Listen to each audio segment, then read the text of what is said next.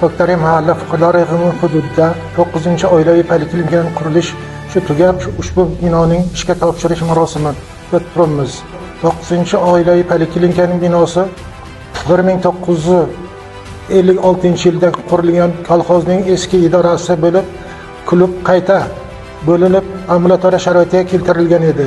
30 yillar davomida biz mana shu binoning yangi qurilishini kutgandik va 2025-yil 4 oy davomida mana shu 2 etajli yangi bino qurilib ishga topshirildi. 12 ta oilaviy shifokor bu yerda xizmat ko'rsatishni boshladi. Aholi juda xursand, chunki bunaqa binoni bular bu yaqin atrofda hech qayerda qurilganini ko'rgan emas.